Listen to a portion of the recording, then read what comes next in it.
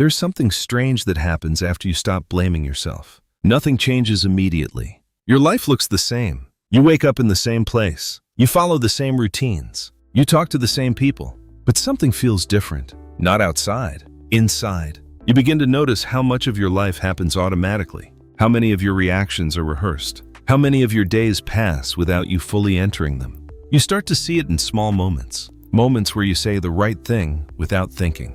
Moments where you smile without feeling anything behind it. Moments where you agree without knowing if you really mean it. And for the first time, you don't just experience it. You see it. You see the distance. You see the pattern. You see how long you've been living like this. Not because you chose it, but because you learned it. Autopilot was never something you turned on. It was something your nervous system created when being fully present felt unsafe. It helped you function. It helped you survive. It helped you continue. But survival and living are not the same thing. Survival keeps your body here. Living requires your presence. And presence is what you lost access to. Not because you were weak, but because you adapted too well. And the moment you begin to see that clearly, you begin to realize something unsettling. You were never meant to live this disconnected from yourself. You were only meant to survive like that temporarily. But no one ever showed you how to turn it off. Autopilot is not obvious when you're inside it. It doesn't feel like control. It feels like normal. You don't wake up and think I'm disconnected. You wake up and follow the sequence. You check your phone. You respond to what's waiting for you. You move your body through spaces you've memorized. You complete tasks you no longer question. And the day ends the same way it began, without ever fully arriving inside it. This is how entire years pass. Not in pain, not in joy, but in quiet repetition. And repetition is convincing. Repetition makes everything feel permanent. It makes patterns feel like personality. It makes adaptation feel like identity. It makes you believe this is just who I am. Calm, detached, low energy, unaffected. But there is something autopilot never tells you. Autopilot is not you. It is a state your nervous system maintains when it believes presence is unnecessary. Presence requires energy. Presence requires openness. Presence requires risk. Autopilot reduces those risks. It keeps you efficient, predictable, stable. But stability can become a prison when it replaces aliveness. Because the longer you live on autopilot, the harder it becomes to remember that you were ever different. You stop comparing. You stop questioning. You stop imagining anything else. And that is how autopilot sustains itself. Not through force, through familiarity. But something has already begun to interrupt it. Something made you notice. Something made you question. Something made you realize you have been here, without fully being here. And once you see autopilot clearly, you cannot completely disappear back into it. Because now, a new question exists. If autopilot is something you learned, what happens when you stop obeying it? Most people never question autopilot, not because they are incapable, but because autopilot is efficient. It allows you to move through life without confronting how you actually feel. It allows you to complete responsibilities without negotiating with your emotions. It allows you to exist without the friction of self-awareness. And friction is uncomfortable. Friction slows you down. Friction forces you to notice. Notice what you want. Notice what you don't want. Notice what feels empty. Notice what feels real. Autopilot protects you from that confrontation, not as an enemy, but as a shield. Because there was a time when slowing down did not feel safe. There was a time when asking yourself honest questions created instability. There was a time when awareness did not feel like freedom. It felt like risk. So your nervous system solved the problem. It created continuity, consistency, predictability. It created a version of you that could move forward without interruption, without collapse, without disruption. And that version of you became your operator, the one who answers, the one who performs, the one who maintains your life. But the operator was never meant to replace you. The operator was meant to assist you. And this is where the confusion begins. Because the longer the operator stays in control, the more you forget there was ever anyone else. You stop noticing the difference between participation and execution. You stop noticing the difference between presence and performance. You stop noticing the difference between being alive and maintaining stability. And stability becomes your identity. You describe yourself as someone who is calm, someone who is independent, someone who doesn't need much, someone who doesn't react strongly. But those descriptions are often just the surface of something deeper. They are descriptions of someone who learned to remain contained enough to avoid disruption, contained enough to avoid disappointment, contained enough to avoid feeling too much. Containment creates safety, but containment also creates distance. Because when you contain your reactions, you contain your access to yourself. You filter your experience before you allow yourself to feel it. You translate your emotions into acceptable versions. You delay your honesty. You soften your truth. And eventually you stop expecting yourself to feel anything at all. Not because you are incapable, but because you became efficient. Efficiency is rewarded. Efficiency makes you reliable. Efficiency makes you easy to understand. Efficiency makes you predictable. And predictable people create stable environments. But predictable does not mean present. Predictable does not mean alive. Predictable means controlled. Predictable means managed. Predictable means safe. And safety, when maintained for too long, begins to replace freedom. You stop asking yourself what you actually want. You ask what makes sense. You stop asking yourself what you actually feel. You ask what is reasonable. You stop asking yourself what is true. You ask what is acceptable. And over time, acceptable replaces authentic. You learn how to exist without conflict. You learn how to exist without disruption. You learn how to exist without yourself. This is not something you consciously chose. It is something you inherited through repetition, through environments that rewarded stability more than authenticity, through relationships that functioned better when you were predictable, through experiences that taught you safety mattered more than expression.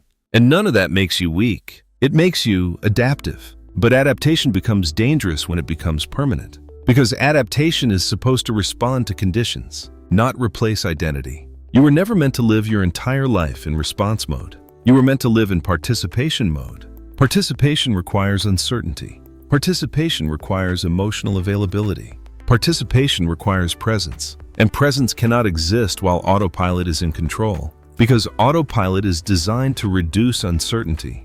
Autopilot is designed to reduce emotional exposure. Autopilot is designed to protect continuity. But protection, when left unchallenged, becomes limitation. Not because protection is harmful, but because protection is conservative. It preserves what exists. It does not explore what is possible. And there is a part of you that has always known this. A part of you that noticed the repetition. A part of you that noticed the distance. A part of you that wondered when your life began to feel like something you were watching instead of living. That part of you never disappeared. It became quieter, not weaker, just quieter. Because autopilot speaks louder. Autopilot speaks in routines. Autopilot speaks in habits. Autopilot speaks in obligations. And obligations are persuasive. They convince you that movement is the same as progress. They convince you that continuation is the same as fulfillment. They convince you that stability is the same as peace. But stability and peace are not the same. Stability can exist without you. Peace cannot. Peace requires your presence. Peace requires your participation. Peace requires access to yourself. And access to yourself begins with one uncomfortable realization. Autopilot was never your personality. It was your protection.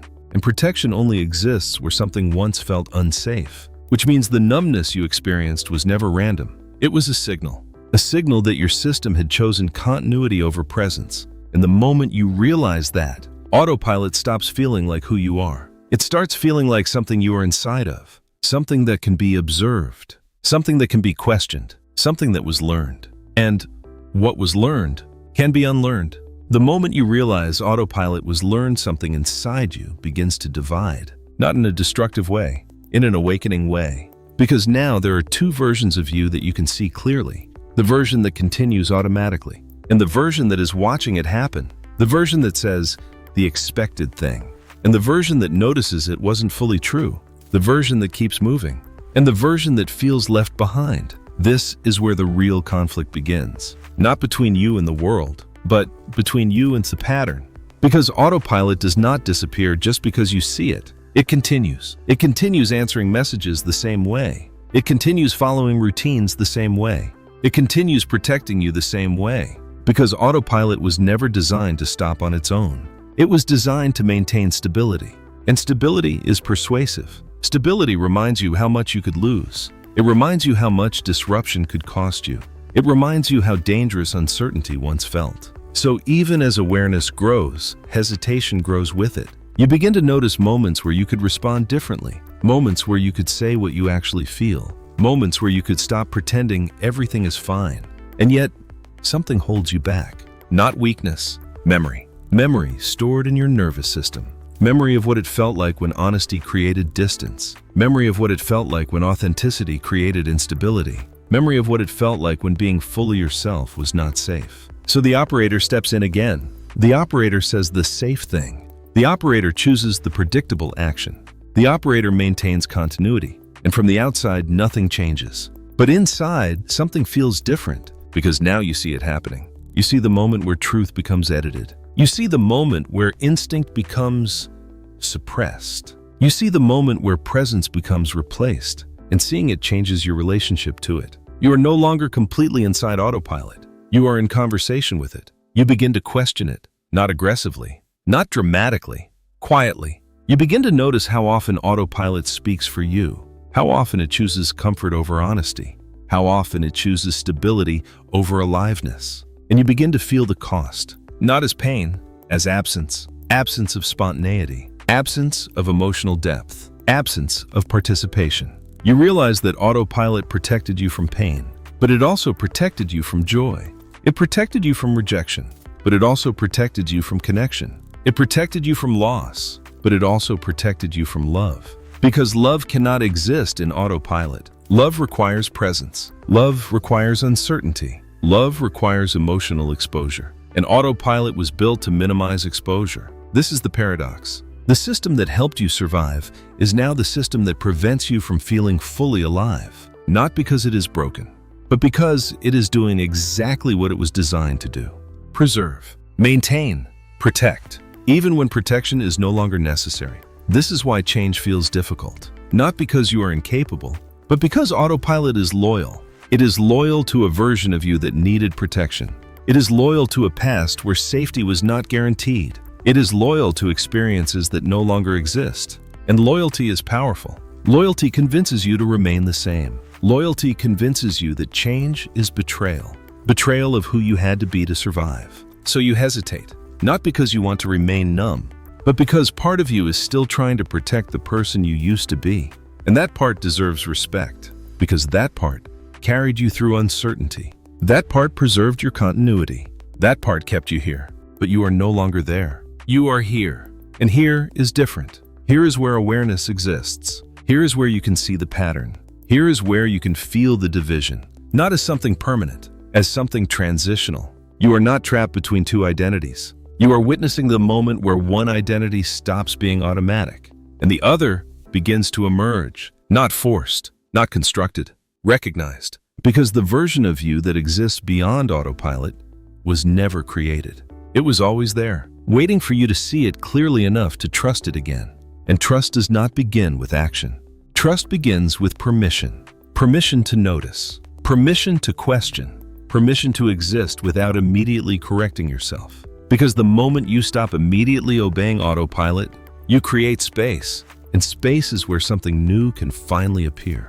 Space can feel unfamiliar at first, not peaceful, not freeing, uncertain. Because autopilot filled every gap before you even noticed it existed.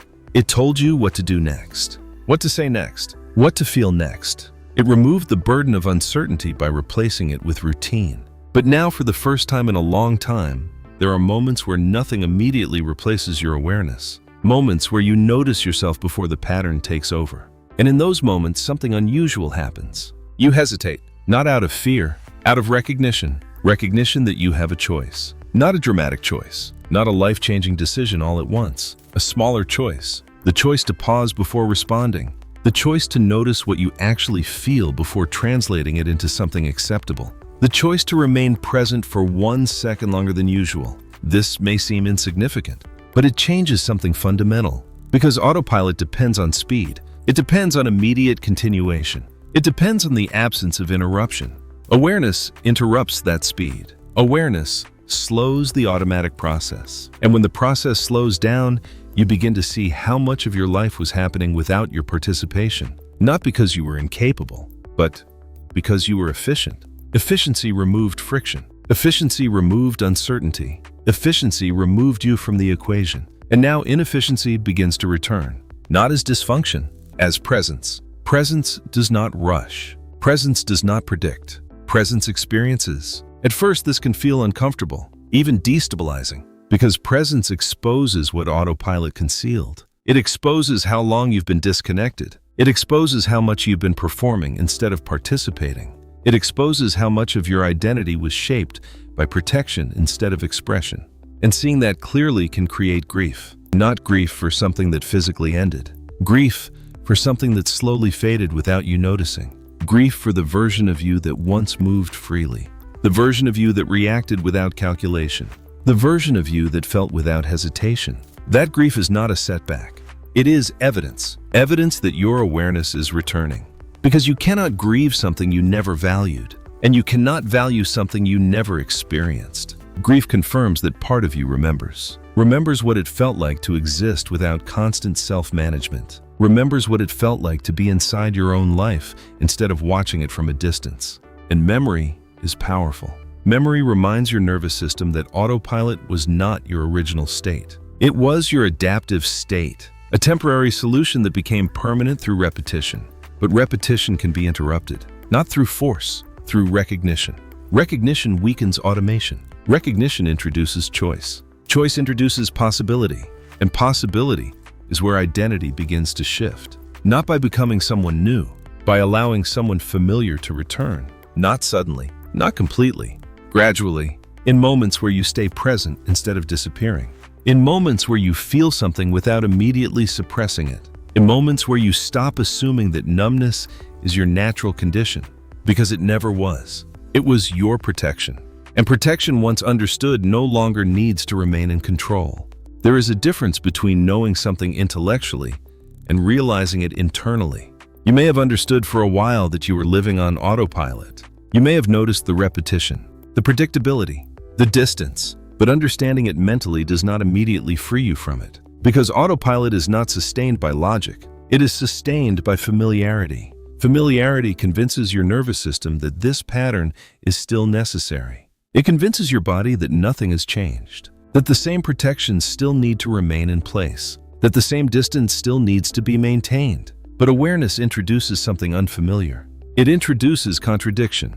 You begin to experience moments where the old pattern activates, but something inside you no longer fully agrees with it. You say the automatic response, but you feel the hesitation behind it. You follow the routine, but you feel the absence inside it. You complete the day, but you recognize you are not fully there. This contradiction is important because contradiction breaks certainty, and autopilot depends on certainty to survive. Autopilot depends on the assumption that this is still who you need to be, but awareness challenges that assumption. It introduces a new possibility, the possibility that the version of you built for survival is no longer required for your existence. This is not something your nervous system accepts immediately. It resists, not out of sabotage, out of loyalty. Loyalty to the role that protected you. Loyalty to the version of you that endured instability. Loyalty to the patterns that preserved continuity. Your nervous system does not know the difference between past danger and present safety. It only knows repetition, so it continues offering the same protection, the same emotional distance, the same controlled responses, the same absence of full presence, because that is what worked before. But something is different now. You are not fully inside the pattern anymore. You are observing it. An observation changes your position. You are no longer only the one performing the pattern. You are also the one witnessing it. And the moment you witness something, you create separation from it. Not complete separation, but enough to recognize that it is not identical to you. It is something you experience, not something you are. This distinction is subtle, but it is the beginning of freedom. Because if autopilot is something you experience, it is not your identity. It is your conditioning. Conditioning can feel permanent because it operates automatically. But automatic does not mean permanent. It means practiced. And what was practiced can be interrupted, not by force, but by presence. Presence is the only thing autopilot cannot simulate. Autopilot can simulate function. It can simulate stability. It can simulate normalcy, but it cannot simulate presence. Presence requires conscious participation. It requires you, not the operator, not the protector, you. And the moment you remain present even briefly, something begins to reorganize. Your nervous system begins to receive new information. Information that says the old level of protection may no longer be necessary. Information that says you are no longer in the same environment that required your disappearance. Information that says you are here, fully here, not as the version of you that survived, but as the version of you that is aware. Awareness does not immediately remove autopilot, but it weakens its authority. It introduces flexibility. It introduces possibility. It introduces choice. And choice is where identity begins to shift. Not because you force yourself to become someone else, but because you stop assuming you are only who you had to be before. For the first time, you begin to see that autopilot was never your personality. It was your adaptation. An adaptation once seen clearly no longer defines your future. It only explains your past, which means something else is now possible. Not instantly, not effortlessly, but undeniably possible. Possibility does not arrive as confidence. It arrives as permission. Permission to stop assuming that who you had to be is who you must remain. Permission to stop treating your adaptation as your identity. Permission to exist without immediately returning to autopilot. At first, this permission feels fragile because autopilot still knows how to take over. It still offers the familiar response. It still offers the predictable reaction. It still offers the version of you that kept everything stable. And there will be moments when you accept that offer. Moments when you slip back into routine. Moments when you choose predictability over presence. Not because you failed, but because those pathways were practiced for years. This is not a process of perfection. It is a process of recognition. Each time you notice autopilot, you weaken its invisibility. Each time you remain present even briefly, you strengthen something else. Not a new identity, your original one. The one that existed before protection became permanent. The one that did not need to calculate every response. The one that did not need to monitor every emotion. The one that did not need to disappear to survive. That version of you was never destroyed. It was waiting for safety, waiting for awareness, waiting for you to realize that you are no longer the person who needed to live that way.